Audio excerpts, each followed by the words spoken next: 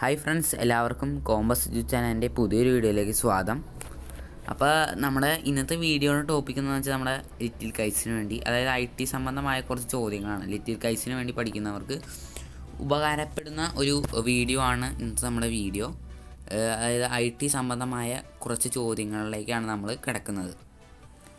അപ്പോൾ നമുക്ക് വീഡിയോയിലേക്ക് കിടക്കാം. അപ്പോൾ നമുക്ക് നമ്മുടെ ആദ്യത്തെ ചോദ്യത്തിലേക്ക് കിടക്കാം. നമ്മുടെ ആദ്യത്തെ ചോദ്യം നമ്മളെ ജിംബോ ആയിട്ട് ബന്ധപ്പെട്ടതാണ്. നമ്മൾ ആദ്യത്തെ കുറച്ച് ചോദ്യങ്ങൾ നമ്മൾ എടുത്തേക്കുന്നത്. അപ്പോൾ ജിംബ് നമുക്ക് ഈ വർഷം പഠിക്കാനുള്ള സോഫ്റ്റ്വെയർ തന്നെയാണ്. അതുകൊണ്ട് ആ സോഫ്റ്റ്വെയറുമായി ബന്ധപ്പെട്ട കുറച്ച് ചോദ്യങ്ങളാണ് നമ്മൾ ഇപ്പോൾ ഡിസ്കസ് ചെയ്യുന്നത്. അതായത് 3 ചോദ്യങ്ങൾ, ആദ്യത്തെ 3 ചോദ്യങ്ങൾ ഈ ജിംബ് സോഫ്റ്റ്വെയറിനെ കുറിച്ചാണ്. അപ്പോൾ ആദ്യത്തെ ചോദ്യത്തിലേക്ക് നമുക്ക് ജിംബിൻ്റെ കിടക്കാം. The official lucky symbol of GIMP. The official lucky symbol of GIMP is. അപ്പോൾ നമ്മൾ എല്ലാവരും ജിംബ് ഓപ്പൺ ചെയ്തും ഓപ്പറേറ്റ് ചെയ്തിട്ടും ഉണ്ടാകണം. അപ്പോൾ നിങ്ങളെല്ലാവരും അതിൻ്റെ ലോഗോയും ശ്രദ്ധിച്ചിട്ടുണ്ടാവണം. പക്ഷെ നിങ്ങൾക്ക് അതിൻ്റെ ലോഗോയുടെ പേര് നിങ്ങൾക്ക് അറിയാൻ പാടുണ്ടാവില്ല. അതിനു വേണ്ടിയാണ് നമ്മൾ ഈ വീഡിയോയിൽ ഈ ചോദ്യം ഉൾപ്പെടുത്തിയിരിക്കുന്നത്. ലോഗോ എല്ലാവർക്കും കാണുമ്പോൾ മനസ്സിലാവും. നിങ്ങൾക്കിപ്പോൾ സ്ക്രീനിൽ കാണാം ലോഗോയും പേരും. അപ്പോൾ വിൽബർ എന്നാണ് ഈ ലോഗോയുടെ പേര്. ലോഗോ നിങ്ങൾക്ക് സുപരിചിതമായിരിക്കും. ഈ ലോഗോ നിങ്ങൾക്ക് സുപരിചിതമായിരിക്കും, പക്ഷെ പേര് നിങ്ങൾക്ക് സുപരിചിതമല്ലായിരിക്കും. അപ്പോൾ വിൽബർ എന്നാണ് the official lucky symbol of GIMP. ജിംബിൻ്റെ ഒഫീഷ്യൽ ലക്കി സിമ്പിൾ ഏതാണെന്ന് വെച്ചാൽ വിൽബർ. ഇനി അടുത്ത ചോദ്യത്തിലേക്ക് കിടക്കുകയാണെങ്കിൽ നമ്മുടെ ജിംബിനെ പറ്റി തന്നെയുള്ള അടുത്ത ചോദ്യത്തിലേക്കാണ് നമ്മൾ കിടക്കുന്നത്. അതായത് ജിംബ് എന്ന് പറഞ്ഞ പേര് എക്സ്പാൻഷനാണ്. അതായത് ഒരു ഷോർട്ട് ഫോമാണ് ഒരു ഫുൾ ഫോമിൻ്റെ. അപ്പോൾ എക്സ്പാൻഷൻ ഓഫ് ജിംബാണ് അടുത്ത ചോദ്യമായിട്ട് വരുന്നത്. Expansion of GIMP. അപ്പോൾ ചോദിക്കാൻ സാധ്യതയുണ്ട്. ജിംബിൽ നിന്ന് ചോദിക്കാൻ സാധ്യതയുള്ള ചോദ്യങ്ങളാണ് നമ്മൾ ആദ്യത്തെ 3 ചോദ്യങ്ങളായിട്ട് നമ്മൾ ഉൾപ്പെടുത്തിയിരിക്കുന്നത്. അപ്പോൾ എക്സ്പാൻഷൻ ഓഫ് ജിംബ് എന്ന് പറഞ്ഞു കഴിഞ്ഞാൽ ഗ്നൂ ഇമേജ് മാനിപ്പുലേഷൻ പ്രോഗ്രാം ആണ് ഓപ്ഷൻസിൽ കിടക്കുന്നതെങ്കിൽ നമ്മൾ ഗ്നൂ ഇമേജ് മാനിപ്പുലേഷൻ പ്രോഗ്രാം എന്ന് ഇടുക. അഥവാ ജനറൽ ഇമേജ് മാനിപ്പുലേഷൻ പ്രോഗ്രാം എന്നാണ് കിടക്കുന്നതെങ്കിൽ ജനറൽ ഇമേജ് മാനിപ്പുലേഷൻ പ്രോഗ്രാം ഇടുക. കാരണം ഇത് രണ്ടും ഇതിന് ആയിട്ട് വരുന്നുണ്ട്. ഗ്നൂ ഇമേജ് മാനിപ്പുലേഷൻ പ്രോഗ്രാമും ജനറൽ ഇമേജ് മാനിപ്പുലേഷൻ പ്രോഗ്രാമും എക്സ്പാൻഷൻ ഓഫ് ജിംബായിട്ട് വരുന്നുണ്ട്. അപ്പോൾ ഏതാണ് കറക്റ്റ് ആൻസർ എന്ന് വെച്ചാൽ ഇത് രണ്ടും ഇല്ലാത്ത ഓപ്ഷൻസിൽ തിരഞ്ഞെടുത്ത് എഴുതാവുന്നതാണ്. അടുത്ത ചോദ്യത്തിലേക്ക് കിടക്കുകയാണെങ്കിൽ ജിംബ് ഇമേജ് ഫയൽ ഫോർമാറ്റ്. അതായത് നമ്മുടെ IT വിക്ടേഴ്സിൽ സാറ് ഇതിനെക്കുറിച്ച് പറഞ്ഞിരുന്നു. നമുക്കൊരു ബോക്സ് ഇത് തന്നെ പഠിക്കാനുണ്ട്. അപ്പോൾ നമ്മൾ ഇപ്പോൾ പറയണത് GIMP image file format.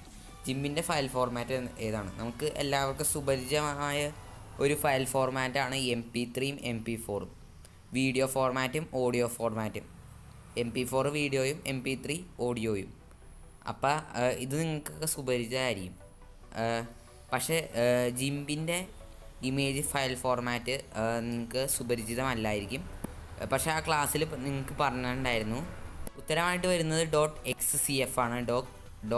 .xcf ആണ് GIMP image file format. GIMP image file format .xcf. നമുക്കപ്പോൾ ആദ്യത്തെ ചോദ്യം മുതൽ ഒരു പ്രാവശ്യം ഒന്ന് ജസ്റ്റ് പെട്ടെന്ന് റിവൈസ് ചെയ്ത് പോവാം. ആ 3 ചോദ്യങ്ങൾ. The official lucky symbol of GIMP's. അതായത് വരുന്നത് വിൽബറാണ്. നിങ്ങൾക്ക് പടം കാണാം. വിൽബറാണ് the official lucky symbol of GIMP. ഇനി രണ്ടാമതായിട്ട് നമ്മൾ പറഞ്ഞത് എക്സ്പാൻഷൻ ഓഫ് ജിംബാണ്. അപ്പോൾ എല്ലാവരും ഇപ്പം തന്നെ അങ്ങോട്ട് പഠിച്ചു പോവുക. സംഭവം ഒന്നും നോക്കണ്ട, ഇപ്പം തന്നെ പഠിച്ചു പോവുക. കാരണം നമ്മളെ എക്സാമിനേഷൻ നമ്മളെ പെട്ടെന്നായിരിക്കും വരുന്നത്. അപ്പോൾ ഇപ്പം തന്നെ പഠിച്ചു പോവുക. എല്ലാം ക്ലിയർ ആയിരിക്കുക. Expansion of GIMP. ജിംബിൻ്റെ എക്സ്പാൻഷൻ എന്താണ്? ഗ്നൂ ഇമേജ് മാനിപ്പുലേഷൻ പ്രോഗ്രാം അല്ലെങ്കിൽ ജനറൽ ഇമേജ് മാനിപ്പുലേഷൻ പ്രോഗ്രാം. അടുത്തതായിട്ടുള്ളത് ജിംബ് ഇമേജ് ഫയൽ ഫോർമാറ്റ് ആയിരുന്നു നമ്മൾ പറഞ്ഞിരുന്നത്. GIMP image file format .xcf. ഇനി നമുക്ക് അടുത്ത ചോദ്യങ്ങളിലേക്ക് കിടക്കാം. ജാവേനെ പറ്റി എല്ലാവരും കേട്ടിട്ടുണ്ടാവും. അപ്പോൾ ജാവ എന്ന കമ്പ്യൂട്ടർ ഭാഷ ഒരു കമ്പ്യൂട്ടർ ഭാഷയാണ്. ആദ്യം ഏത് പേരിലാണ് അറിയപ്പെട്ടിരുന്നത്? അതായത് ജാവ എന്ന കമ്പ്യൂട്ടർ ഭാഷ ആദ്യം ഏത് പേരിലാണ് അറിയപ്പെട്ടിരുന്നത്? ഉത്തരമായിട്ട് വരുന്നത് ഓക്കാണ്. ഓക്ക് എന്ന പേരിലാണ് ജാവ അറിയപ്പെട്ടിരുന്നത്. ഓക്ക്. അപ്പോൾ പഠിച്ചു പോവുക, ജാവ അറിയപ്പെട്ടിരുന്നത് ഓക്ക് എന്ന പേരിലാണ് ആദ്യം. അപ്പോൾ നമ്മൾ ഇനി അടുത്ത ചോദ്യത്തിലേക്ക് കിടക്കുകയാണെങ്കിൽ ഇത് എല്ലാവർക്കും അറിയാവുന്നതായിരിക്കും, എന്നാലും നമ്മൾ സൂചിപ്പിച്ച് പോകുന്നുള്ളൂ, കാരണം ഇതും ചോദിക്കാൻ സാധ്യതയുള്ള ഒരു ചോദ്യം തന്നെയാണ്. The data taken out from a computer is called. The data taken out from a computer is called. അപ്പോൾ നമ്മൾ ചോദിച്ച് തന്നെ നമുക്ക് ഉത്തരവുണ്ട്, എന്നാലും നമ്മൾ കൊടുത്തു എന്നുള്ളൂ. ദ ഡേറ്റ ടേക്കൺ ഔട്ട് എന്ന് പറയുമ്പോൾ ഔട്ട്പുട്ട് ആയിരിക്കുള്ളൂ, സ്വാഭാവികമായിട്ട് ഔട്ട്പുട്ട് ആയിരിക്കും. The data taken out from a കമ്പ്യൂട്ടറാണ് ഔട്ട്പുട്ട്. നമ്മൾ ഒ സി ആർ മീൻസ് എന്നുള്ള ഒരു ചോദ്യമാണ്. ഒ സി ആറിൻ്റെ ഫുൾ ഫോം എന്താണെന്നാണ് നമ്മൾ ഉദ്ദേശിക്കുന്നത്. അതായത് ഒപ്റ്റിക്കൽ ക്യാരക്ടർ റെക്കഗ്നൈസേഷൻ ആണ് ഒ സി ആറിൻ്റെ ഫുൾ ഫോം. ഒ സി ആറിൻ്റെ ഫുൾ ഫോം എന്താണെന്ന് വെച്ചാൽ ഒപ്റ്റിക്കൽ ക്യാരക്ടർ റെക്കഗ്നൈസേഷൻ. പിന്നെ നെക്സ്റ്റ് വരുന്നത് the expansion of C D എല്ലാവരുടെയും വീട്ടിലുണ്ടാവണം. അപ്പോൾ സി ഡി എന്നായിരിക്കും നമ്മൾ പറയുന്നത്. അപ്പോൾ അതിൻ്റെ എക്സ്പാൻഷൻ എന്താണ്? നമുക്ക് 4 ഓപ്ഷൻ തരാൻ അധികം പാടൊന്നുമില്ല. സി ഡിന്ന് നമുക്ക് തെറ്റാക്കാനും പാടൊന്നുമില്ല. അപ്പോൾ എപ്പോഴും നമ്മൾ ശരിയാക്കാനാണ് കൂടുതലും വിഷമം. അപ്പോൾ ശരിയാക്കണം, നമ്മൾ എല്ലാ ചോദ്യങ്ങളും നമ്മൾ ശരിയാക്കണം. അതുകൊണ്ട് തന്നെ the expansion of C D നമ്മൾ പഠിച്ചിരിക്കണം. The expansion of C D is compact disk. ഈ ഡിസ്ക് എന്നുള്ളത് എല്ലാവർക്കും അറിയായിരിക്കും, പക്ഷെ കോമ്പാക്റ്റ് ആണ് നമ്മളെ ഇമ്പോർട്ടൻ്റ് ആയിട്ട് വരുന്നത്. Compact disk. അടുത്തതായിട്ട് വരുന്നത് ദ എക്സ്പാൻഷൻ ഓഫ് ATM. എല്ലാവരുടെയും അച്ഛന്മാർക്കൊക്കെ ATM കാർഡ് ഉണ്ടാവാം. അപ്പോൾ ATMൻ്റെ എക്സ്പാൻഷൻ എന്താണെന്നാണ് നമ്മുടെ ചോദ്യം. ATMൻ്റെ എക്സ്പാൻഷൻ. നമ്മൾ ATM എന്നാണ് സാധാരണ പറയാറ്. ATMൻ്റെ എക്സ്പാൻഷൻ എന്താണ്? അതായത് ഓട്ടോമാറ്റിക് ടെല്ലർ മെഷീനാണ്. നമ്മൾ ചിന്തിച്ചു പോലില്ല അല്ലേ, ഓട്ടോമാറ്റിക് ടെല്ലർ മെഷീൻ എന്നാണ് ATMൻ്റെ ഫുൾ ഫോം എന്ന് ഇല്ല. അല്ലെ മണി, ഓട്ടോമാറ്റിക് ടെല്ലിങ് മണി, അങ്ങനെ അല്ല, നമുക്ക് മണിയാണ് തരണത്. അപ്പോൾ മണീന്നൊക്കെ നമ്മൾ എഴുതി വയ്ക്കും. എമ്മിന് വരെ മണി എന്നുള്ള ഓപ്ഷനായിരിക്കും എഴുതി വയ്ക്കുന്നത്. പക്ഷെ അങ്ങനെയല്ല, ഓട്ടോമാറ്റിക് ടെല്ലർ മെഷീനാണ് ഉത്തരമായിട്ട് വരുന്നത്. Automatic teller machine. ലോക കമ്പ്യൂട്ടർ സാക്ഷരതാ ദിനം. അത് ചോദിക്കാൻ സാധ്യതയുള്ള ചോദ്യമാണ്. ലോക കമ്പ്യൂട്ടർ സാക്ഷരതാ ദിനം ഡിസംബർ 2 ലോക കമ്പ്യൂട്ടർ സാക്ഷരതാ ദിനമായിട്ട് ആചരിക്കുന്നത്. ഡിസംബർ 2 ലോക കമ്പ്യൂട്ടർ സാക്ഷരതാ ദിനം. ലോക കമ്പ്യൂട്ടർ സാക്ഷരതാ ദിനം ഡിസംബർ 2. പഠിച്ചു പോവുക ഇപ്പം തന്നെ, ഡിസംബർ 2.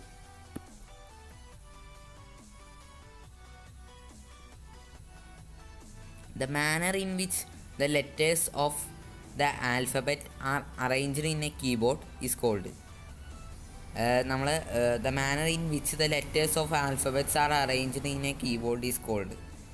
അത് നമ്മളെ ഉത്തരമായിട്ട് വരുന്ന കീബോർഡ് ലേഔട്ടാണ്. നമ്മൾ പലതരം കീബോർഡ് ലേഔട്ടുകൾ നമ്മൾ ഉബുണ്ടു സോഫ്റ്റ്വെയറിൽ നമ്മൾ മാറ്റി കൊടുക്കാറുണ്ട്. ടീച്ചർ പറയും നമ്മൾ അറിയാണ്ട് കീബോർഡിൽ ടൈപ്പ് ചെയ്യുമ്പോൾ ABCD, ലിബർ ഓഫീസ് റൈറ്ററിൽ ഉബുണ്ടുവിൽ ടൈപ്പ് ചെയ്യുമ്പോൾ ABCD എന്ന് നമ്മൾ ടൈപ്പ് ചെയ്തു. എന്താ കാരണം? അത് നമ്മളെ കീബോർഡ് ലേഔട്ട് മാറ്റിയിട്ടില്ല. മലയാളത്തിലേക്ക് മാറ്റിയാലാണ് മലയാളം നമുക്ക് എഴുതാൻ പറ്റുള്ളൂ. അപ്പോൾ കീബോർഡ് ലേഔട്ടാണ് the manner in which the letter of the alphabet are arranged in a keyboard. നമുക്ക് അടുത്ത ചോദ്യത്തിലേക്ക് കിടക്കാം. അടുത്ത ചോദ്യം എന്ന് പറഞ്ഞാൽ the tool used to cut a image. ഇതിങ്ങനെ ആയിരിക്കും ചോദിക്കാൻ സാധ്യതയുള്ളത്. നമുക്കത് സ്വാഭാവികമായിട്ടും അറിയാവുന്നതാണ്. നമ്മൾ ഫോട്ടോ ഒക്കെ എഡിറ്റ് ചെയ്യുമ്പോൾ നമ്മൾ ആ ടൂൾ ഉപയോഗിക്കുന്നതാണ്. നമ്മൾ എന്ത് ഫോട്ടോ, മൊബൈലിലാണെങ്കിലും കമ്പ്യൂട്ടറിലാണെങ്കിലും ഏത് ഉപകരണത്തിലാണെങ്കിലും ഫോട്ടോസ്, വീഡിയോസ്, അങ്ങനത്തെ സംഭവങ്ങളൊക്കെ എഡിറ്റ് ചെയ്യുമ്പോൾ ഈ സംഭവം ഉപയോഗിക്കുന്നതാണ്. അതുകൊണ്ട് എല്ലാവർക്കും അറിയാമായിരിക്കും. ക്രോപ്പ് ടൂളാണ് ഉത്തരമായിട്ട് വരുന്നത്. ക്രോപ്പ് ടൂളാണ് ഉത്തരമായിട്ട് വരുന്നത്. നമ്മൾ അടുത്ത ചോദ്യത്തിലേക്ക് കിടക്കാണ്. The expansion of ASCII. ASCIIയുടെ ഫുൾ ഫോം എന്താണെന്നാണ് ചോദ്യം വരുന്നത്. അതായത് American standard code for information interchange ആണ് ഉത്തരമായിട്ട് വരുന്നത്. ASCIIയുടെ ഫുൾ ഫോം എന്താണെന്ന് വെച്ചാൽ American standard code for information interchange. ഇനി നമുക്ക് അടുത്ത ചോദ്യത്തിലേക്ക് കിടക്കാം. അതിന് ഒരു കാര്യം പറയട്ടെ, നമ്മൾ പറയുന്ന വീഡിയോയിൽ പറയുന്ന കാര്യങ്ങളൊക്കെ ഒരു നോട്ട് ബുക്കിൽ ഒരു 1 ലൈൻ നോട്ട് ബുക്ക് എടുത്ത് എഴുതി വയ്ക്കുകയാണെങ്കിൽ നിങ്ങൾക്ക് ഉപകാരപ്പെടും. അപ്പോൾ നിങ്ങൾക്ക് എന്തെങ്കിലും സംശയം എപ്പോഴെങ്കിലും അയ്യോ ഞാനത് വീഡിയോയിൽ കണ്ടിട്ടുണ്ടല്ലോ എന്ന് ഓർത്ത് നമുക്ക് പെട്ടെന്ന് ബുക്ക് എടുത്ത് നോക്കാൻ കഴിയും. അപ്പോൾ നിങ്ങൾക്ക് ആ ബുക്കിൽ എഴുതി വെച്ചാൽ കൂടുതൽ ഉപകാരപ്പെടും. അപ്പോൾ നമ്മൾ വീഡിയോ ഫയൽ ഫോർമാറ്റ് എല്ലാവർക്കും അറിയാം, പക്ഷേ വീഡിയോ ഫയൽ ഫോർമാറ്റ്സ് എല്ലാവർക്കും അറിയായിരിക്കും. MP4 അത് മെയിനായിട്ട് നമുക്ക് അറിയായിരിക്കും. പക്ഷേ MP4 മാത്രമല്ല വീഡിയോ ഫയൽ ഫോർമാറ്റ്സ്, വേറെ 2-3 ഫയൽ ഫോർമാറ്റ്സും കൂടി ഉണ്ട്. നമുക്കതൊന്ന് കാണാം. അതായത് MP4 ഞാൻ നേരത്തെ പറഞ്ഞു, നിങ്ങൾക്ക് എല്ലാവർക്കും അറിയായിരിക്കും. MPG എന്ന് പറഞ്ഞ ഒരു ഫയൽ ഫോർമാറ്റ് ഇതാണ്, വീഡിയോ ഫയൽ ഫോർമാറ്റാണ്. AVI ഇതും ഒരു വീഡിയോ ഫോർമാറ്റാണ്. MKV ഇതും ഒരു വീഡിയോ ഫോർമാറ്റ് തന്നെയാണ്. അപ്പോൾ MP4 അല്ലാണ്ട് 3 ഫയൽ ഫോർമാറ്റാണ് പഠിച്ചേക്കുന്നത്. MPG, AVI, MKV ഇത് 3 നിങ്ങൾ പഠിച്ചിരിക്കുക. കാരണം നിങ്ങളോട് ചോദിക്കാം MP4 അല്ലാതെ ഉള്ള ഒരു വീഡിയോ ഫോർമാറ്റ് താഴെ തന്നിരിക്കുന്ന ഓപ്ഷൻസിൽ നിന്ന് സെലക്ട് ചെയ്യുക എന്ന് പറയുമ്പോൾ നമ്മൾ ഈ AVIയും പിന്നെ വേറെ എന്തെങ്കിലുമൊക്കെ നമുക്ക് തന്നു കഴിഞ്ഞാൽ തന്നെ നമ്മൾ AVI ഒന്നും എഴുതി വയ്ക്കില്ല. അപ്പം അതുകൊണ്ട് തന്നെ നമ്മൾ പഠിച്ചിരിക്കുക MP4 ഒരെണ്ണം, MPG ഒരെണ്ണം, AVI ഒരെണ്ണം, MKV. AVI ആണ് കൂടുതലും ചോദിക്കാൻ സാധ്യതയുള്ളൂ, കാരണം അതിന് മാത്രമാണ് A ഉള്ളൂ, ബാക്കിയുള്ളതിനൊക്കെ M ആണ്. അതൊന്ന് ഓർത്തിരിക്കുക. ഇനി ശബ്ദ ഫോർമാറ്റ്സ്, സൗണ്ട് ഫയൽ ഫോർമാറ്റ്സ്, അത് നിങ്ങൾക്ക് MP3 അറിയുമായിരിക്കും. അപ്പോൾ MP3 കൂടാതെ ഒരെണ്ണമാണ് നമ്മൾ പറയണത്. സൗണ്ട് ഫയൽ ഫോർമാറ്റ്സിൽ വരുന്നതാണ് വേവ് മാത്രമല്ല ഫയൽ ഫോർമാറ്റ്സിലേക്ക് വരുന്നത് ഇതായിട്ടുള്ളത്.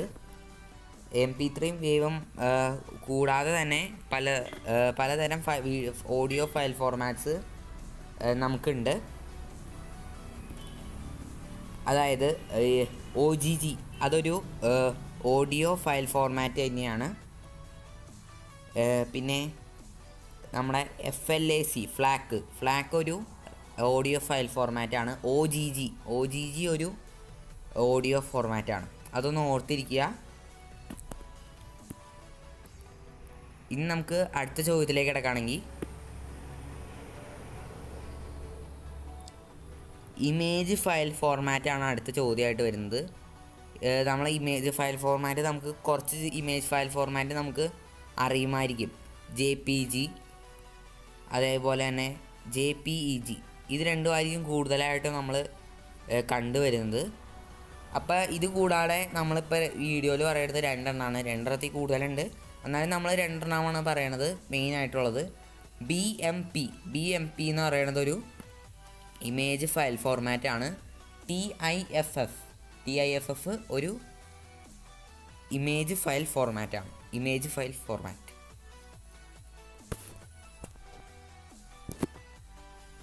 അപ്പോൾ നമുക്ക് അടുത്ത ചോദ്യത്തിലേക്ക് കിടക്കാം. Who is the father of computer? കമ്പ്യൂട്ടറിൻ്റെ പിതാവ് എന്നറിയപ്പെടുന്നത് ആരാണെന്നാണ് നമ്മുടെ അടുത്ത ചോദ്യമായിട്ട് വരുന്നത്. അത് മിക്കവർക്കും അറിയായിരിക്കും. നമ്മൾ കമ്പ്യൂട്ടർ പഠിക്കണമെങ്കിൽ നമ്മൾ അറിഞ്ഞിരിക്കണം, എന്നാലും നമ്മൾ ഉൾപ്പെടുത്തിക്കണമെന്നുള്ളൂ. അത് നമ്മൾ അറിയണം. അതായത് ചാൾസ് ബാബേജ് ആണ് ഉത്തരമായിട്ട് വരുന്നത്. നമുക്ക് കൂടുതൽ വിശദീകരിക്കേണ്ട ആവശ്യമില്ല, കാരണം നിങ്ങൾക്ക് എല്ലാവർക്കും അറിയായിരിക്കും who is the father of computer എന്ന് പറയുന്നത് ചാൾസ് ബാബേജ് ആണ്. ഇനി നമുക്ക് അടുത്ത ചോദ്യത്തിലേക്ക് കിടക്കുകയാണെങ്കിൽ ഫാദർ ഓഫ് ഇൻ്റർനെറ്റ്. കുറച്ച് പേർക്കായിരിക്കും ഇത് അറിയുള്ളൂ, എന്നാലും നമ്മൾ പറയണമെന്നുള്ളൂ അറിയാത്തവർക്ക് വേണ്ടി. ഫാദർ ഓഫ് ഇൻ്റർനെറ്റിൻ്റെ പിതാവ്. ഇപ്പോൾ ഇൻ്റർനെറ്റ് സ്പ്രെഡ് ചെയ്തുകൊണ്ടിരിക്കുന്ന കാലമാണ്. നമ്മൾ ഇപ്പോൾ മൊബൈലിൽ ഇൻ്റർനെറ്റ് ഉപയോഗിച്ച് തന്നെയാണ് നമ്മൾ ക്ലാസ്സുകൾ കാണുന്നത്. അപ്പോൾ അങ്ങനെ ഇൻ്റർനെറ്റ് സ്പ്രെഡ് ചെയ്യുന്ന സമയത്ത് ഇത് ഇങ്ങനെ ഒരു ചോദ്യം ചോദിക്കാൻ സാധ്യതയുണ്ട്. ഫാദർ ഓഫ് ഇൻ്റർനെറ്റിൻ്റെ പിതാവ് ആര്? അപ്പോൾ നമ്മൾ ഉത്തരം തെറ്റിപ്പോരുത്, ഒരിക്കലും തെറ്റിപ്പോരുത്. കാരണം നമ്മൾ എന്തായാലും ഒരു ജനറൽ നോളജ് എന്ന നിലയ്ക്ക് ഇത് നമ്മൾ അറിഞ്ഞിരിക്കേണ്ട കാര്യങ്ങളാണ് ഇതൊക്കെ.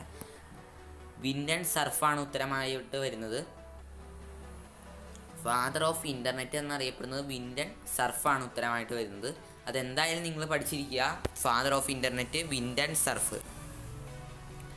നമ്മൾ അടുത്ത ചോദ്യത്തിലേക്ക് കിടക്കുകയാണെങ്കിൽ the first computer in the world, അതായത് ലോകത്തിലെ ആദ്യത്തെ കമ്പ്യൂട്ടർ ഏതാണ് എന്നാണ് നമ്മുടെ ചോദ്യം. ലോകത്തിലെ ആദ്യത്തെ തന്നെ കമ്പ്യൂട്ടർ ഏതാണെന്ന് വെച്ചാൽ അനലിറ്റിക് എഞ്ചിനാണ് ഉത്തരമായിട്ട് വരുന്നത്. ലോകത്തിലെ ആദ്യത്തെ കമ്പ്യൂട്ടർ അനലിറ്റിക് എഞ്ചിനാണ്. ഇനി അടുത്ത ചോദ്യത്തിലേക്ക് കിടക്കുകയാണെങ്കിൽ ദ എക്സ്പാൻഷൻ ഓഫ് LCD. ഇത് LCD മോണിറ്റർ നമുക്കുണ്ട്, അതായത് മോണിറ്റേഴ്സിൽ തന്നെ LCD LED മോണിറ്റേഴ്സ് ഉണ്ട്. അപ്പോൾ ഈ LCDയുടെയും LED-യുടെയും എക്സ്പാൻഷൻ നമ്മൾ അങ്ങനെ പഠിച്ചിരിക്കണം. LCD എന്ന് പറഞ്ഞു കഴിഞ്ഞാൽ നമ്മുടെ LCD മോണിറ്റേഴ്സും ഉണ്ട്, LED മോണിറ്റേഴ്സും ഉണ്ട്. അങ്ങനെ കണക്ട് ചെയ്യുമ്പോൾ ഇത് LCDയുടെ എക്സ്പാൻഷനും ചോദിക്കാൻ സാധ്യതയുണ്ട്. അതുകൊണ്ട് നമ്മൾ LCDയുടെ എക്സ്പാൻഷനും പഠിച്ചിരിക്കണം. LCDയുടെ എക്സ്പാൻഷനാണ് liquid crystal display. Liquid crystal display ആണ് LCDയുടെ ഫുൾ ഫോം. ഇനി നമ്മളെ LED ബൾബുകളൊക്കെ കണ്ടിട്ടുണ്ടാവും. LED-യുടെ ഫുൾ ഫോം LED മോണിറ്റേഴ്സ് ഉണ്ട്. അപ്പോൾ ഇവിടെ ഉദ്ദേശിക്കുന്നത് LED മോണിറ്റേഴ്സിൻ്റെയാണ്. ദ എക്സ്പാൻഷൻ ഓഫ് LED അതിൻ്റെ ഫുൾ ഫോം എന്താണെന്ന് ചോദിച്ചു കഴിഞ്ഞാൽ ലൈറ്റ് എമിറ്റിംഗ് ഡയോഡാണ് ഉത്തരമായിട്ട് വരുന്നത്. ലൈറ്റ് എമിറ്റിംഗ് ഡയോഡാണ് LED-യുടെ ഫുൾ ഫോമായിട്ട് വരുന്നത്. ഇനി നമ്മൾ അടുത്ത ചോദ്യത്തിലേക്ക് കിടക്കുകയാണെങ്കിൽ ഫൗണ്ടർ ഓഫ് വേൾഡ് വൈഡ് വെബിൻ്റെ സ്ഥാപകൻ, അതായത് www, നമ്മളെ എല്ലാ സംഭവം അടിച്ചു കൊടുക്കുമ്പോൾ www. അങ്ങനെയാണ് നമ്മൾ അടിച്ചു കൊടുക്കുള്ളൂ. അപ്പോൾ ഒരു വെബ്സൈറ്റ്. അപ്പോൾ ഈ വേൾഡ് വൈഡ് വെബ് ആരാണ് ഫൗണ്ട് ചെയ്ത ആളാണ്. ഇത് നമ്മൾ എന്തായാലും അറിഞ്ഞിരിക്കണം. ഇതൊരു ജനറൽ നോളജാണ്. ഞാൻ നേരത്തെ പറഞ്ഞ പോലെ father of internet Vint and surf എന്ന് പറഞ്ഞതുപോലെ നമ്മൾ ഇതും ഓർത്തിരിക്കണം. wwwയുടെ സ്ഥാപകരെന്ന് പറഞ്ഞാൽ ടിം ബേർണേഴ്സ്-ലീ ആണ് wwwയുടെ സ്ഥാപകൻ. അത് നമ്മൾ എന്തായാലും ഓർത്തിരിക്കണം. അത് അത്രയ്ക്ക് പ്രധാനപ്പെട്ട ഒരു ചോദ്യമാണ്. ഇനി നമ്മൾ അടുത്ത ചോദ്യത്തിലേക്ക് കിടക്കുകയാണ് ടച്ച് സ്ക്രീൻ. നമ്മൾ മൊബൈലിൽ ഉപയോഗിക്കുന്ന touch screen is designed and developed by. ഈ ടച്ച് സ്ക്രീൻ ഡിസൈൻ ചെയ്തതും ഡെവലപ്പ് ചെയ്തതും ആരാണെന്ന് ചോദിച്ചു കഴിഞ്ഞാൽ നമുക്കറിയാമോ? പലവർക്കും അറിയാൻ പാടുണ്ടാവില്ല, ഭൂരിപക്ഷം ആൾക്കാർക്കും അറിയാൻ പാടില്ലാത്തൊരു ചോദ്യമാണിത്. Touch screen is designed and developed. നമ്മളെപ്പോഴും ചിന്തിച്ചിട്ടുണ്ടോ നമ്മുടെ കയ്യിലിരിക്കുന്ന മൊബൈലിൻ്റെ ടച്ച് സ്ക്രീൻ ആരാണ് നിർമ്മിച്ചേക്കണമെന്ന്? അപ്പോൾ അങ്ങനെ നമ്മൾ ചിന്തിച്ച് കഴിയുമ്പോൾ നമുക്ക് ആ വ്യക്തിയാണ് ബെൻഡ് സ്റ്റംബാണ് ടച്ച് സ്ക്രീൻ ഡിസൈൻ ചെയ്തതും ഡെവലപ്പ് ചെയ്തതും. ഈ ബെൻഡ് സ്റ്റംബ് തന്നെയാണ്. ബെൻഡ് സ്റ്റംബ്, ആ സ്പെല്ലിംഗ് ഒന്ന് നോക്കുക നിങ്ങൾ, ബെൻഡ് സ്റ്റംബ്.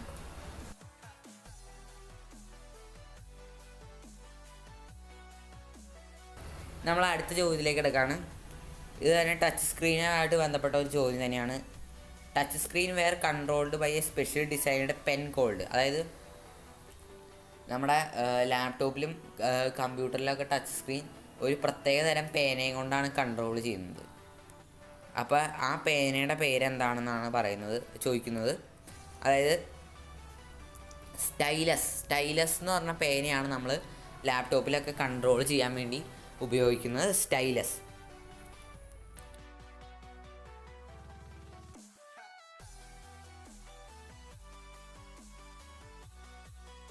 ഇനി നമ്മൾ അടുത്ത ചോദ്യത്തിലേക്ക് കിടക്കുകയാണെങ്കിൽ which device is used commonly to input text in a computer. അത് നമുക്ക് എല്ലാവർക്കും അറിയായിരിക്കും. Which device is used commonly to input text in computer. കമ്പ്യൂട്ടറിൽ ടെക്സ്റ്റ് ആഡ് ചെയ്യാൻ നമ്മൾ ഏത് ഡിവൈസാണ് കൂടുതലായിട്ട് ഉപയോഗിക്കുന്നത്? കീബോർഡാണ്. നമ്മൾ ഒന്നും ആലോചിക്കാണ്ട് നമ്മൾ അപ്പം തന്നെ ചാടി പറയും. എല്ലാവരും പറഞ്ഞിട്ടുണ്ടാവും. ഞാൻ ഇപ്പോൾ പറയുമ്പോഴേക്കും എല്ലാവരും പറഞ്ഞിട്ടുണ്ടാവും കീബോർഡാണെന്ന് നമ്മൾ പറഞ്ഞിട്ടുണ്ടാവും. അതെല്ലാവർക്കും അറിയാവുന്ന ഒരു ചോദ്യമാണ്.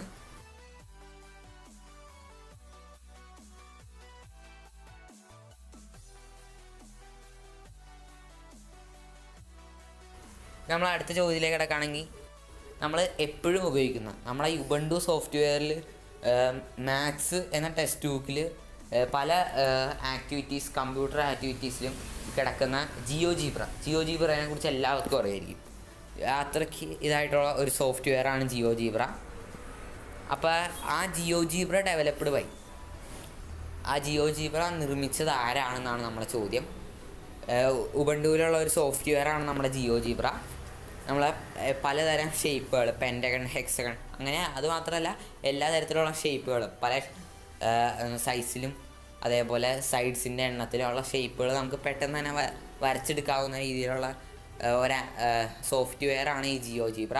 അപ്പോൾ ഈ ജിയോ ജീബ്ര ഡെവലപ്ഡ് ബൈ ആരാണിത് ഡെവലപ്പ് ചെയ്തത് ആരാണ്?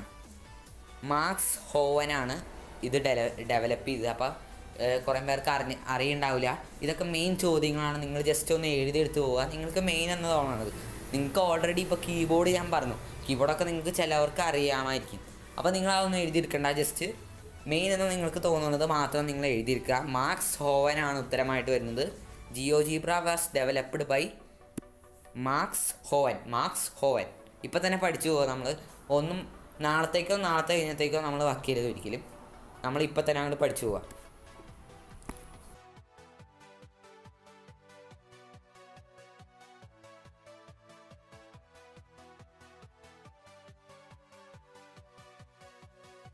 നമ്മൾ ഒരു എക്സ്പാൻഷനിലേക്ക് കിടക്കണം. ഫെറ്റ് എന്ന സോഫ്റ്റ്വെയറിനെ പറ്റി നമ്മൾ കേട്ടിട്ടുണ്ടാവും, നമ്മൾ എടുത്ത് നോക്കിയിട്ടും ഉണ്ടാവും. ക്ലാസ്സുകൾക്ക് വേണ്ടി നമ്മൾ ഈ വർഷം തുടങ്ങി നമ്മൾ കൂടുതലായിട്ട്, അതായത് 8ാം ക്ലാസ്സിലുള്ള പഠിക്കുന്നവർക്കുള്ള വേണ്ടി തുടങ്ങി നമ്മൾ കൂടുതലായിട്ടും ഈ ഫെറ്റ് എന്ന സോഫ്റ്റ്വെയർ ഉപയോഗിക്കേണ്ടി വേണ്ടി വരും. അപ്പോൾ ഈ ഫെറ്റ് സോഫ്റ്റ്വെയറിനകത്ത് ഈ ഫെറ്റിൻ്റെ ഫുൾ ഫോം എന്താണെന്നാണ് നമ്മുടെ ഇവിടുത്തെ ചോദ്യം. എന്താണെന്ന് വെച്ചാൽ ഫെറ്റിൻ്റെ ഫുൾ ഫോം എന്താണെന്നാണ് നമ്മുടെ ചോദ്യം. ദ എക്സ്പാൻഷൻ ഓഫ് ഫെറ്റ്, അതായത് ഫിസിക്സ് എഡ്യൂക്കേഷൻ ടെക്നോളജിയാണ് ഉത്തരമായിട്ട് വരുന്നത്. ഫിസിക്സ് എഡ്യൂക്കേഷൻ ടെക്നോളജി ഓർത്തിരിക്കുക. ഫെറ്റിൻ്റെ എക്സ്പാൻഷൻ എന്താണെന്ന് വെച്ചാൽ ഫിസിക്സ് എഡ്യൂക്കേഷൻ ടെക്നോളജി.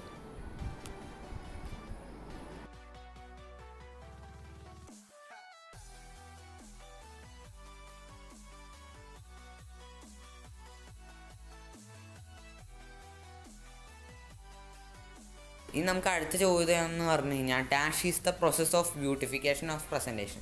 പലവരും പല രീതിയിലുള്ള യൂട്യൂബ് ചാനലുകളിലായിട്ടും അതല്ലാതെ തന്നെ ടീച്ചർ പറഞ്ഞിട്ടായാലും അങ്ങനെ പോസ്റ്റേഴ്സ്, പ്രസൻറ്റേഷൻ, അങ്ങനെ വീഡിയോ പ്രസൻറ്റേഷൻ, അങ്ങനെ പല സംഭവങ്ങളും നിങ്ങൾ തന്നെ നിർമ്മിച്ചിട്ടുണ്ടാവാം. അപ്പോൾ ഈ beautification of the presentation, dash is the process of beautification of the presentation, അതാണ് നമ്മുടെ ഇവിടുത്തെ ചോദ്യം. ഫോർമാറ്റിംഗ് ആണ് ഉത്തരമായിട്ട് വരുന്നത്. നമ്മൾ ഫോർമാറ്റിംഗ് ഒന്നും ഒരിക്കലും എഴുതി വെക്കില്ല. അതെന്തായാലും നമ്മൾ ഒരിക്കലും എഴുതി വെക്കില്ല. ഇത് നേരെ നോട്ട് ചെയ്തോ, കാരണം നിങ്ങളിത് മറന്നു പോകും. അതുകൊണ്ട് തന്നെ നിങ്ങൾ നോട്ട് ചെയ്ത് വയ്ക്കുക. കാരണം ഈ ഫോർമാറ്റിംഗ് എന്ന് പറഞ്ഞു കഴിഞ്ഞാൽ നമ്മൾ ഫസ്റ്റ് തന്നെ വിചാരിക്കുക മൊബൈൽ ഫോർമാറ്റ് ചെയ്യണതല്ലേ. അപ്പോൾ മൊബൈൽ ഫോർമാറ്റ് ചെയ്യണമെന്ന് പറഞ്ഞു കഴിഞ്ഞാൽ മൊബൈലിലെ എല്ലാ ഡേറ്റയും കളയണമെന്നാണ്. അപ്പോൾ എങ്ങനെ ബ്യൂട്ടിഫിക്കേഷൻ ഓഫ് പ്രസൻറ്റേഷനായി മാറും. അപ്പോൾ നമ്മൾ ആ ഓപ്ഷൻ അങ്ങോട്ട് വേണ്ടാന്ന് വയ്ക്കും. അപ്പം നമ്മൾ ഉത്തരം തെറ്റും. സത്യത്തിൽ ഈ ഫോർമാറ്റിംഗ് എന്ന് പറഞ്ഞു കഴിഞ്ഞാൽ പ്രസൻറ്റേഷൻ രൂപത്തിൽ നമ്മൾ ബ്യൂട്ടിഫിക്കേഷൻ ഓഫ് പ്രസൻറ്റേഷനാണ് ഈ ഫോർമാറ്റിംഗ് എന്ന് പറഞ്ഞു കഴിഞ്ഞാൽ.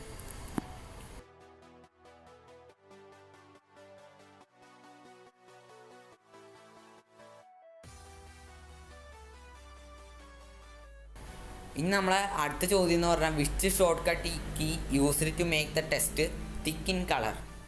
ഏത് ഷോർട്ട് കട്ട് കീ ആണ് ഒരു ടെക്സ്റ്റിനെ തിക്ക് കളറാക്കി മാറ്റുന്നത്? പല ടെക്സ്റ്റുകളും തിക്ക് കളറായിട്ട് ഇരിക്കുന്നത് കാണാം. ഇപ്പോൾ ഈ വീഡിയോയിൽ തന്നെ നമ്മുടെ ടെക്സ്റ്റ് തിക്ക് കളറാണ്. അപ്പോൾ ഇങ്ങനെ തിക്ക് കളറാക്കാനുള്ള ഷോർട്ട് കട്ട് കീ ഏതാണ്? ഇതിപ്പോൾ PDF-കളിലൊക്കെ ഈ ഷോർട്ട് കട്ട് കീ നമ്മൾ ഉപയോഗിക്കും, ആ കളറൊന്ന് ബ്രൈറ്റ് ചെയ്ത് കാണിക്കാൻ വേണ്ടി. അപ്പോൾ ഉത്തരമായിട്ട് വരുന്നത് Ctrl+B വെക്കുമ്പോഴാണ്. Ctrl+B, അങ്ങനെ പല ഷോർട്ട് കട്ട് കീസ് നമ്മൾ പഠിക്കാനുണ്ട്.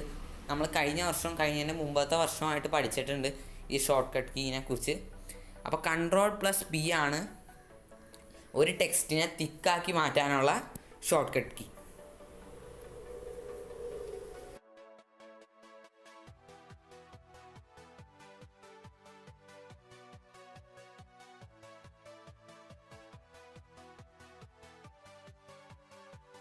ഇനി നമ്മുടെ അടുത്ത ചോദ്യത്തിലേക്ക് കിടക്കുകയാണെങ്കിൽ which shortcut key used to select everything in a page.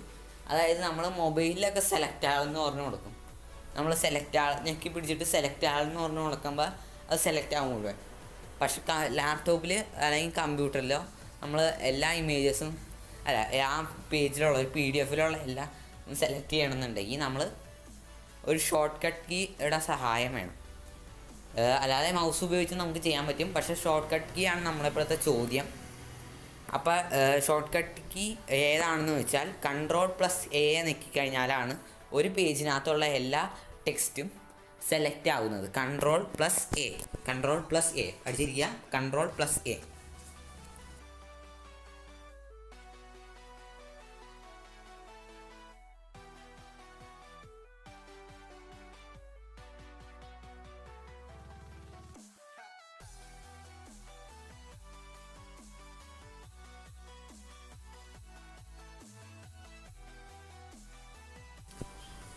ഇനി നമ്മൾ അടുത്ത ചോദ്യത്തിലേക്ക് കിടക്കുകയാണെങ്കിൽ which shortcut key used to paste an item which has been either copied or cut. ഇപ്പോൾ നമ്മൾ എന്തെങ്കിലും കോപ്പി ചെയ്യുകയോ അല്ലെങ്കിൽ അവിടെ നിന്ന് കട്ട് ചെയ്യുകയോ ചെയ്തിട്ട് എവിടെയെങ്കിലും കൊണ്ടു നമുക്ക് പേസ്റ്റ് ചെയ്യണം. നമ്മൾ സാധാരണ മൗസിൻ്റെ എന്നിട്ടാ റൈറ്റ് ബട്ടൺ ഞെക്കിയിട്ട് നമ്മൾ പേസ്റ്റ് എന്ന് പറഞ്ഞ ഓപ്ഷനിലാണ് ക്ലിക്ക് ചെയ്യാറുള്ളൂ. പക്ഷേ ഇത് നമ്മുടെ കീബോർഡിലെ ഷോർട്ട് കട്ട് കീ ഏതാണെന്നാണ് നമ്മുടെ ചോദ്യം.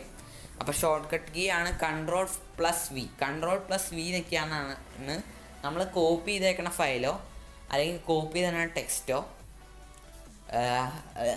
കട്ട് ചെയ്തേക്കുന്ന ടെക്സ്റ്റോ നമ്മൾ എവിടെയെങ്കിലും കൊണ്ടുവന്ന് പേസ്റ്റ് ചെയ്യണമെങ്കിൽ ഷോർട്ട് കട്ട് കീ ആയിട്ട് ഉപയോഗിക്കുന്നത് Ctrl+V ആണ്. Ctrl+V ഇതൊക്കെ നിങ്ങൾ നോട്ട്ബുക്കിൽ എഴുതി വയ്ക്കുക. കാരണം ഇത് ചോദിക്കാൻ സാധ്യതയുള്ളൊരു ചോദ്യമാണ്. അതേപോലെ തന്നെ ഇത് നോട്ട് ചെയ്ത് ഇപ്പം തന്നെ വയ്ക്കുക. കാരണം എന്താണെന്ന് വെച്ചാൽ ഇത് നമ്മൾ എപ്പോഴെപ്പോഴും മാറിപ്പോവും. അപ്പം നിങ്ങൾ തന്നെ നിങ്ങൾക്ക് ഇഷ്ടപ്പെട്ട ഒരു കോഡ് ഉപയോഗിച്ചു എന്തെങ്കിലുമൊക്കെ ഉപയോഗിച്ച് നിങ്ങൾ തന്നെ ഒന്ന് പഠിച്ച് എടുക്കുക.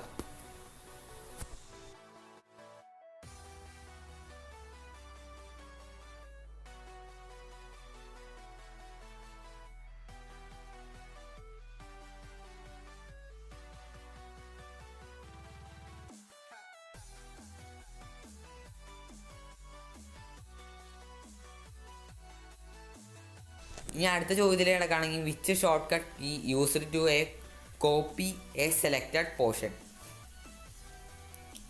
ഇപ്പം ഞാൻ ഒരു പോർഷൻ സെലക്ട് ചെയ്ത് വെച്ചു.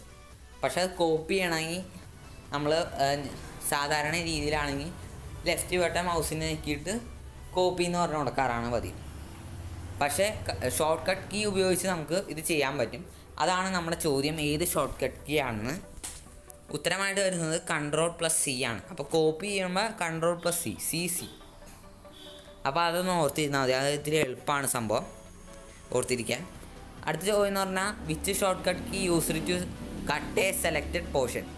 ഒരു സെലക്ട് ചെയ്താണ് പോർഷൻ അവിടെ നിന്ന് കട്ട് ചെയ്തിട്ട് ഒരു സ്ഥലത്തേക്ക് കട്ട് ചെയ്യാൻ വേണ്ടി ഉപയോഗിക്കുന്നതാണ് ഷോർട്ട് കട്ട് കീ ആണ് Ctrl+X. Ctrl+X ആണ് ഒരു സെലക്റ്റഡ് പോർഷൻ അവിടെ നിന്ന് കട്ട് ചെയ്യാൻ വേണ്ടി ഉപയോഗിക്കുന്ന key.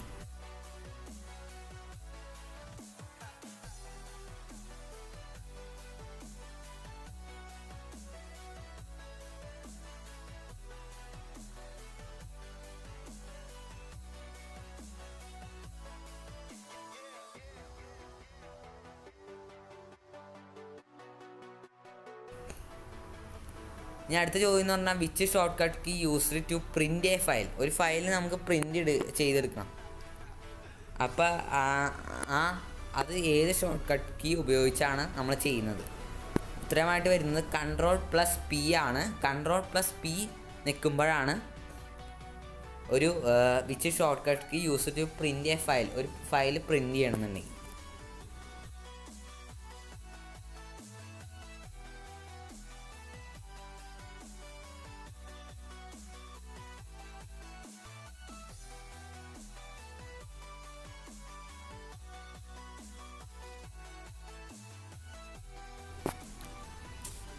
Which shortcut key used to save a file.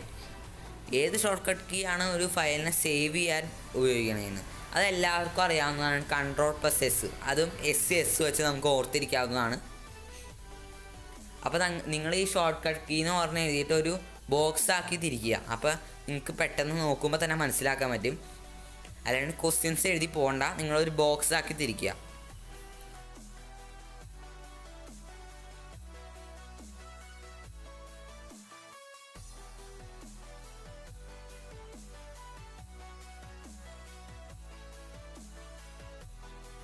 ഇനി അടുത്ത ചോദ്യം ഷോർട്ട് കട്ട് കീ തന്നെയാണ്. Which shortcut key used to open a file? ഒരു ഫയൽ ഓപ്പൺ ചെയ്യണമെങ്കിൽ ഏത് ഷോർട്ട് കട്ട് കീ യൂസ് ചെയ്യണം? ഇത് നിങ്ങൾക്ക് എതിരെ എളുപ്പമുള്ള ചോദ്യമാണ്. Ctrl+O ആണ് ഉത്തരമായിട്ട് വരുന്നത്. Ctrl+O എന്ന് പറയുമ്പോൾ ഓപ്പണിൽ ഒരു O ഉണ്ട്. അപ്പോൾ അതുകൊണ്ട് തന്നെ Ctrl+O ഉത്തരമായിട്ട് വരും.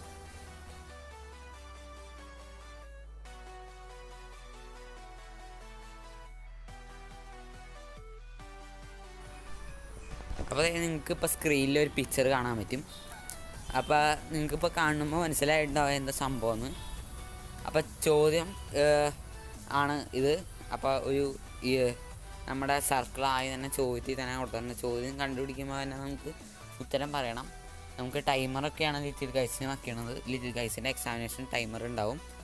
അപ്പോൾ തന്നെ പെട്ടെന്ന് തന്നെ നമ്മൾ ഉത്തരം പറയണം. അതുകൊണ്ട് തന്നെ ഉത്തരം ക്ലിക്ക് ചെയ്യണം. അപ്പോൾ അതുകൊണ്ട് തന്നെ നമ്മൾ ഇതേപോലത്തെ മെൻ്റൽ എബിലിറ്റീസ് കുറച്ച് ട്രൈ ചെയ്യണം.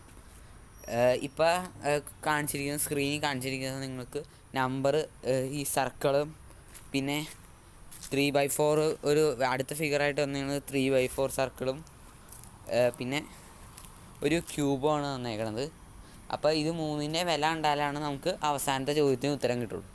അപ്പോൾ ആദ്യത്തെ തന്നിരിക്കുന്നത് നോക്കി, 3 സർക്കിൾ കൂട്ടി കഴിയുമ്പോൾ 30 കിട്ടുന്നു. അപ്പോൾ നമുക്ക് അപ്പോൾ തന്നെ ഊഹിക്കാം 10 ഒരു സർക്കിളിൻ്റെ വിലയാണ്. പിന്നെ അടുത്തതിലേക്ക് നോക്കിക്കഴിഞ്ഞാൽ സർക്കിൾ നമ്മൾ 10 വെച്ച് കഴിഞ്ഞു. ബാക്കി 2 തന്നിട്ടുണ്ട്. അപ്പോൾ ഈക്വൽ ടു വന്നിരുന്നത് 8. അപ്പോൾ ആ 3/4 സർക്കിൾ എന്ന് പറയുന്നത് 4 അപ്പോൾ തന്നെ നമുക്ക് മനസ്സിലാക്കാൻ പറ്റും. പിന്നെ അടുത്തതായിട്ട് വന്നിരിക്കുന്നത് ഇപ്പോൾ നമ്മൾ മനസ്സിലാക്കിയ 4 മൈനസ് ഒരു ക്യൂബാണ് തന്നിരിക്കുന്നത്. അപ്പോൾ ഈ ക്യൂബ് ഈക്വൽ 2 കൂടി തന്നിട്ടുണ്ട്. അപ്പോൾ ഈ 2 4 എത്ര കുറയ്ക്കുമ്പോഴാണ് 2 കിട്ടണേ? 2 കുറയ്ക്കുമ്പോൾ 2 കിട്ടുന്നു. അപ്പോൾ ഈ ക്യൂബിൻ്റെ വില നമുക്ക് കിട്ടി 2.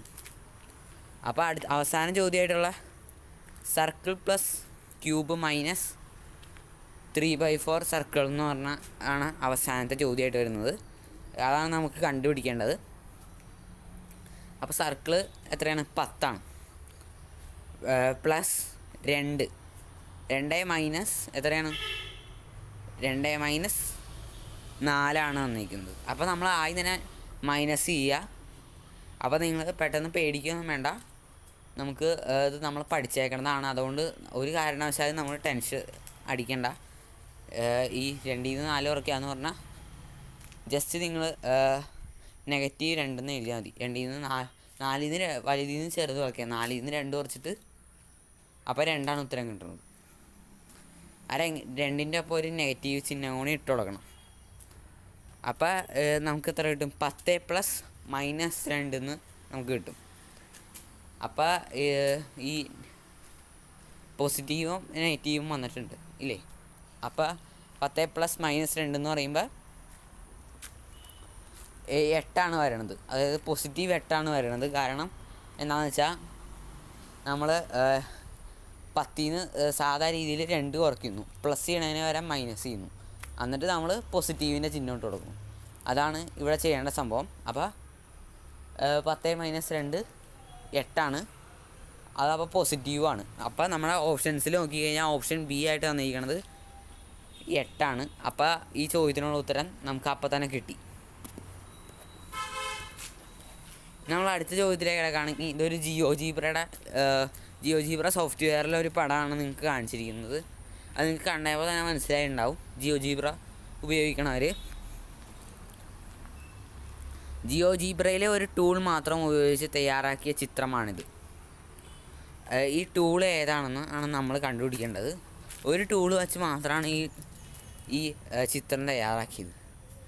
അപ്പോൾ ഇതേപോലത്തെ ചിത്രങ്ങൾ നമ്മൾ കോമൺ ആയിട്ട് വിളിക്കുന്നത് എന്താണ്? അതൊന്ന് ഓർത്ത് പറഞ്ഞേ. ഈ square, rectangle, triangle, octagon, septagon, hexagon, pentagon, ഇതിനൊക്കെ കൂടി നമ്മൾ കൂട്ടിച്ചേർത്ത് വിളിക്കുന്ന ഒരു പേരുണ്ട്. നമുക്ക് മാത്സിന് അങ്ങനെ ഒരു ചാപ്റ്റർ തന്നെയുണ്ട്. അപ്പോൾ എന്താണ് സംഭവം? പോളിഗൺ എന്നാണ് നമ്മളിതിനെയൊക്കെ കോമൺ ആയിട്ട് വിളിക്കുന്നത്. അപ്പോൾ ഏത് ടൂൾ വെച്ചായിരിക്കും സ്വാഭാവികമായിട്ട് നമ്മൾ ഓപ്ഷൻസിലേക്ക് നോക്കുക. അപ്പോൾ ഓപ്ഷൻ ബി ആയിട്ട് തന്നിരിക്കുന്ന റെഗുലർ പോളിഗൺ, അത് നമ്മൾ ടിക്ക് കൊടുക്കുക. അത് കാരണം ഇത് പോളിഗണ്ണാണ്. പിന്നെ ജിയോജീബ്ര ഉപയോഗിച്ചേക്കണവരാണെങ്കിൽ ഇത് അറിയാൻ പറ്റും, ഇത് റെഗുലർ പോളിഗൺ ടൂളാണ്. പിന്നെ നമുക്ക് ഐ ടി ക്ലാസ്സുകളിൽ നമ്മളെ പറയുന്നുണ്ട്, ബുക്കുകളിലൊക്കെ ഇതേപോലത്തെ ചോദ്യം. ഇനി നിങ്ങൾ ഡേറ്റ ഉപയോഗിച്ച് കഴിയുമ്പോൾ ഇത്ര MB നിങ്ങൾ ഉപയോഗിച്ച് കഴിഞ്ഞു, ഇത്ര MB ഉപയോഗിച്ച് കഴിഞ്ഞു എന്ന് പറഞ്ഞ് നമുക്ക് മെസ്സേജ് വരും. 1 GB ഡാറ്റയ്ക്ക് നമ്മൾ ചെയ്തു, അങ്ങനെ ഒക്കെ പല രീതിയിൽ മെസ്സേജ് നമുക്ക് വരുന്നുണ്ട്. അപ്പോൾ ഈ MB GB എന്ന് പറഞ്ഞാൽ നിങ്ങൾ കണ്ടിട്ടുണ്ടാവും, എപ്പോഴും കണ്ടിട്ടുണ്ടാവും. ഇപ്പോൾ നിങ്ങൾ 47 MB നിങ്ങൾ ഉപയോഗിച്ച് കഴിഞ്ഞിരിക്കുന്നു ഡെയിലി യൂസേജിന്. അപ്പോൾ അങ്ങനെയുള്ളത് നമ്മൾ എന്താണ് അത് സൂചിപ്പിക്കുന്നത്? അത് നമ്മുടെ നെറ്റ്വർക്കിനെയാണെന്ന് എല്ലാവർക്കും അറിയാം. പക്ഷേ ഇതിപ്പോൾ ചോദ്യം ഇതല്ല, കമ്പ്യൂട്ടർ മെമ്മറിയുടെ വിവിധ ഏകങ്ങളാണ് ചുവടെ നൽകിയിരിക്കുന്നത്. ഈ MB GB തന്നെ നമ്മൾ മെമ്മറി സ്റ്റോറേജും കാണുന്നുണ്ട്. ഈ നമ്മുടെ ഇൻ്റർനെറ്റ് റീചാർജ് ചെയ്യുമ്പോൾ മാത്രമല്ല, memory storage, your storage space running എന്നൊക്കെ പറഞ്ഞ് നമ്മൾ എടുക്കുമ്പോൾ സെറ്റിങ്സിൽ MB ബാലൻസ് ഇത്ര GB എന്നൊക്കെ നമ്മൾ എഴുതി കാണിക്കുന്നത് കാണാം. അപ്പോൾ ആ MB GB കമ്പ്യൂട്ടറിലെ മെമ്മറിയുടെ വിവിധ ഘടകങ്ങളാണ് ചുവടെ നൽകിയിരിക്കുന്നത്. ഇവ നമുക്കൊരു ഓർഡറിൽ തന്നിട്ടുണ്ട്, MB GB KB TB ഇങ്ങനെയാണ് തന്നേക്കുന്നത്. ഇവയെ അവയുടെ മൂല്യത്തിൻ്റെ അടിസ്ഥാനത്തിൽ ആരോഹണ ക്രമത്തിൽ ക്രമീകരിക്കാനാണ് പറഞ്ഞേക്കുന്നത്. അതായത് ചെറുതിൽ നിന്ന് വലുതിലേക്ക്. അപ്പോൾ നിങ്ങൾക്ക് എല്ലാവർക്കും ഇത് നോക്കുമ്പോൾ തന്നെ പിടി കിട്ടി കഴിഞ്ഞിട്ടുണ്ടാവും ഏതാണ് ചെറുത് ഏതാണ് വലുതെന്ന്. പക്ഷെ നമ്മൾ കുറച്ച് പേരൊക്കെ KB MBനെ GB കുറിച്ചും ആണ് അറിഞ്ഞിട്ടുള്ളൂ. ഈ TB എന്ന് പറഞ്ഞ സംഭവം കൂടി ഉണ്ട്. അപ്പോൾ നമുക്കൊന്ന് നോക്കാം സംഭവം എന്താണെന്ന്. നമ്മൾ ഏറ്റവും കുറവ് ആണ് KB എന്ന് പറയുന്നത്. ഇതിനകത്ത് അസെൻഡിങ് ഓർഡർ എന്ന് പറഞ്ഞു കഴിഞ്ഞാൽ ചെറുതിൽ നിന്ന് വലുതിലേക്ക് എന്ന് പറയുമ്പോൾ ഏറ്റവും ഇതാണ് KB കുറവ്. പിന്നെ അതിന് ശേഷമാണ് MB, അതിന് ശേഷം 1 GB, അതിന് ശേഷം TB ആണ് ഉത്തരമായിട്ട് വരുന്നത്. അപ്പോൾ ഓപ്ഷൻസിൽ നോക്കിക്കഴിഞ്ഞാൽ നിങ്ങൾക്ക് കാണാം, ഓപ്ഷൻ ബി ആയിട്ടുള്ള KB MB GB TB ആണ് ഉത്തരമായിട്ട് വരുന്നത്. KB MB GB TB ഇതേപോലത്തെ ഒരു ചോദ്യം ഷുവറായിട്ടും ലിറ്റിൽ കൈറ്റ്സിന് ചോദിച്ചു വരുന്ന ഒരു ചോദ്യമാണ്. നമ്മൾ അടുത്ത ചോദ്യത്തിലേക്ക് കിടക്കുകയാണെങ്കിൽ, കമ്പ്യൂട്ടർ പ്രോഗ്രാമിംഗ് പരിശീലിക്കുന്നതിനുള്ള സോഫ്റ്റ്വെയറായ സ്ക്രാച്ചിലെ സുപരിചിതമായ ഒരു പദമായ സ്പ്രൈറ്റ് സൂചിപ്പിക്കുന്നത് എന്തിനെയാണ്? ഇത് നമുക്ക് പഠിക്കാനുണ്ട്. ഒരു ചാപ്റ്റർ നമ്മുടെ IT ക്ലാസ്സിലുണ്ടായിരുന്നു, പിക്ചേഴ്സിൻ്റെ ക്ലാസ്സിൽ നമുക്ക് ഉണ്ടായിരുന്നു ഇതേപോലത്തെ ഒരു ചാപ്റ്റർ. നമുക്ക് 8ാം ക്ലാസ്സിൽ തന്നെ പഠിക്കാനുള്ള ഒരു ചാപ്റ്ററാണിത്. അതിന് ആ ക്ലാസ്സിൽ നന്നായിട്ട് പറയുന്നുണ്ട് ഈ സ്പ്രൈറ്റിനെ കുറിച്ചൊക്കെ. അപ്പോൾ ഈ സ്പ്രൈറ്റ് എന്നുള്ളത് നമുക്കറിയാം, അതിനെ നമ്മളെല്ലാവരും കണ്ടിട്ടുണ്ടാവും. അപ്പോൾ ഈ സ്പ്രൈറ്റ് എന്നത് എന്താണ് നമ്മുടെ ചോദ്യം? അത് സൂചിപ്പിക്കുന്നത് എന്തിനെയാണ്? നമ്മൾ ഓപ്ഷൻസ് ഒന്ന് നോക്കിയേക്കാം. പാശ്ചാത്തല നിറത്തെയാണോ? അല്ലേ, പാശ്ചാത്തല നിറത്തെ നമ്മൾ സ്പ്രൈറ്റായിട്ട് സൂചിപ്പിക്കുന്നില്ല. ഓപ്ഷൻ സി വന്നിരിക്കുന്നത് പാശ്ചാത്തല ചിത്രത്തെ നമ്മൾ സ്പ്രൈറ്റായിട്ടല്ല സൂചിപ്പിക്കുന്നത്. പാശ്ചാത്തല ശബ്ദം ഒട്ടും വരാനുള്ള അതിനകത്ത്. പാശ്ചാത്തല ശബ്ദം ഒരിക്കലും വരില്ല, കാരണം നമ്മൾ സ്പ്രൈറ്റ് എന്ന് പറഞ്ഞ ഒരു പടമാണ് ഉദ്ദേശിക്കുന്നത്. പാശ്ചാത്തലത്തിൽ അല്ലാത്ത ഉൾപ്പെടുത്തിയ ചിത്രം, അതായത് പാശ്ചാത്തലത്തിൽ, അതായത് ബാക്ക്ഗ്രൗണ്ടിൽ അല്ലാണ്ട് ഉൾപ്പെടുത്തിയിരിക്കുന്ന ചിത്രമാണ് ഉദ്ദേശിക്കുന്നത്. അതാണ് ഉത്തരമായിട്ട് വരുന്നത് സാധാരണഗതിയിൽ. ഉത്തരമായിട്ട് വരുന്നത് അപ്പോൾ പാശ്ചാത്തല ത്തിലല്ലാത്ത ഉൾപ്പെടുത്തിയ ചിത്രമാണ് ഉത്തരമായിട്ട് വരുന്നത്. നമ്മൾ PNG ഇമേജസ് ഒക്കെ എടുക്കുന്നുണ്ട്. നമ്മുടെ ബാക്ക്ഗ്രൗണ്ട് ചേഞ്ചർ ആപ്പുകൾ, അങ്ങനെ പല ആപ്പുകളിൽ നമ്മൾ PNG ഇമേജസ് എടുത്ത് നമ്മൾ പല ആവശ്യങ്ങൾക്ക് വേണ്ടി ബാക്ക്ഗ്രൗണ്ട് ചേഞ്ച് ചെയ്യാൻ നമ്മൾ ഉപയോഗിക്കുന്നുണ്ട്, മൊബൈൽ ആപ്ലിക്കേഷൻ തന്നെ. അപ്പോൾ പാശ്ചാത്തലത്തിലല്ലാത്ത ഉൾപ്പെടുത്തിയ ചിത്രം, ബാക്ക്ഗ്രൗണ്ടിലല്ലാത്ത പടം. അടുത്ത ചോദ്യം എന്ന് പറഞ്ഞാൽ ഒരു നമ്മളെ മിക്കവാറും ചോദിക്കാൻ സാധ്യതയുള്ള ചോദ്യമാണ്, നമുക്ക് അറിഞ്ഞിരിക്കേണ്ടതുമായിട്ടൊരു ചോദ്യമാണ്. നമ്മൾ കമ്പ്യൂട്ടറിൽ ഉപയോഗിക്കുന്ന മൗസ്, എല്ലാവരും സുപരിചിതമായൊരു സംഭവമാണ് കമ്പ്യൂട്ടറിലെ മൗസ്. ഈ മൗസ് കണ്ടുപിടിച്ചത് ആര്? Who invented mouse? ആരാണ് മൗസ് ഉണ്ടാക്കിയത്? ആദ്യമായിട്ട് മൗസ് ഉണ്ടാക്കിയത് ആരാണ്?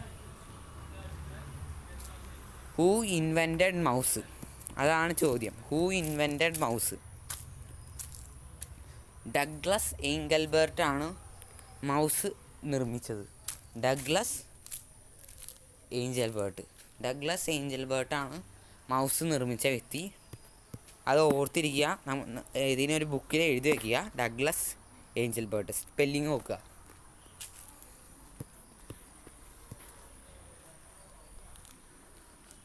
നമ്മൾ അടുത്ത ചോദ്യത്തിലേക്ക് കിടക്കുകയാണെങ്കിൽ, dash is known as the brain of the computer.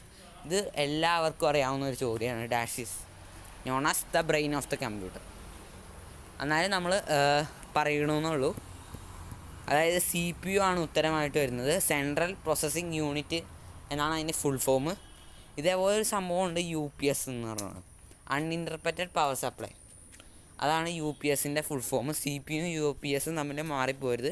അൺഇൻ്റർപ്രറ്റഡ് power supply എന്നാണ് UPSൻ്റെ full form. Brain of the computer എന്നറിയപ്പെടുന്നത് CPU ആണ്, സെൻട്രൽ പ്രോസസ്സിംഗ് യൂണിറ്റ്. അപ്പോൾ ഇത്രയും നിങ്ങൾ നന്നായിട്ട് പഠിച്ച് ഇരിക്കുക. ഇത് നമ്മൾ അടുത്ത ചോദ്യത്തിലേക്ക് കിടക്കുകയാണെങ്കിൽ, നമ്മളെ ലാപ്ടോപ്പിലും കമ്പ്യൂട്ടറിലും ഒക്കെ ഡിലീറ്റഡ് ഫയൽസ് ടെമ്പററിലി സ്റ്റോർ ചെയ്യുന്നുണ്ടാവും ഒരു സ്ഥലത്ത്. നമ്മൾ മിക്കവാറും പറയുന്നുണ്ടാവും, എല്ലാവരും പറയും deleted files R temporarily stored in. അത് നമുക്ക് എല്ലാവർക്കും അറിയാവുന്നതാണ്. റീസൈക്കിൾ ബിൻ, എല്ലാവരുടെയും ലാപ്ടോപ്പിലും കമ്പ്യൂട്ടറിലും ഉണ്ടാവും റീസൈക്കിൾ ബിന്ന്. അപ്പോൾ ഡിലീറ്റഡ് ഫയൽസ് ടെമ്പററിലി സൂക്ഷിക്കാൻ വേണ്ടിയുള്ള സ്ഥലമാണ് ഈ റീസൈക്കിൾ ബിൻ.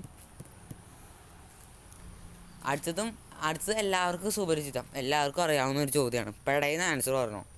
എല്ലാവരും അപ്പോൾ പറയും, the largest key on the keyboard. ഇപ്പോൾ പറഞ്ഞു കഴിഞ്ഞാൽ ഞാൻ പറയേണ്ട ആവശ്യം ഉണ്ടാവില്ല, എല്ലാവരും മനസ്സിലും ഉറക്കെയും പറയുന്നുണ്ടാവും. ഞാൻ പറയേണ്ട ആവശ്യമില്ല. എന്താണ്? സ്പേസ് ബാറാണ്. ഇതെല്ലാവർക്കും അറിയാവുന്ന ഒരു ചോദ്യമാണ് സ്പേസ് ബാർ എന്നുള്ളത്. അപ്പോൾ നമ്മുടെ ഇന്നത്തെ വീഡിയോ ഇവിടെ പൂർത്തിയാവുകയാണ്. അപ്പോൾ നമ്മളെ ലിറ്റിൽ കൈറ്റ്സിന് വേണ്ടി നമ്മൾ ഇനിയും വീഡിയോ ഇടുന്നുണ്ട്. അപ്പോൾ ഈ ചാനൽ ഇപ്പോൾ തന്നെ സബ്സ്ക്രൈബ് ചെയ്യാത്തവർ സബ്സ്ക്രൈബ് ചെയ്യുക. പിന്നെ ഈ വീഡിയോ നിങ്ങൾക്ക് ഉപകാരപ്പെട്ടു എന്നുണ്ടെങ്കിൽ ലൈക്ക് അടിക്കുക, പിന്നെ കൂട്ടുകാർക്ക് ഷെയർ ചെയ്യുക. അപ്പോൾ നിങ്ങളുടെ അഭിപ്രായങ്ങൾ കമൻറ്റ് ബോക്സിൽ കമൻറ്റ് ചെയ്യാനും മറക്കരുത്. അപ്പോൾ ഇതേപോലത്തെ വീഡിയോകൾ IT വിക്ടേഴ്സിന് ലഭിക്കും നമ്മൾ. അപ്പോൾ നമ്മൾ ഇടുന്നുണ്ട്. നമ്മൾ ചോദിക്കാൻ സാധ്യതയുള്ള വളരെ പ്രധാനപ്പെട്ട ചോദ്യങ്ങളാണ് നമ്മൾ ഈ ചാനലിൽ ഇടുന്നത്. അപ്പോൾ അതുകൊണ്ട് തന്നെ ഇപ്പോൾ തന്നെ സബ്സ്ക്രൈബ് ചെയ്യാത്തവർ സബ്സ്ക്രൈബ് ചെയ്യുക. അപ്പോൾ ഇനി അടുത്തൊരു വീഡിയോയിലാണ്.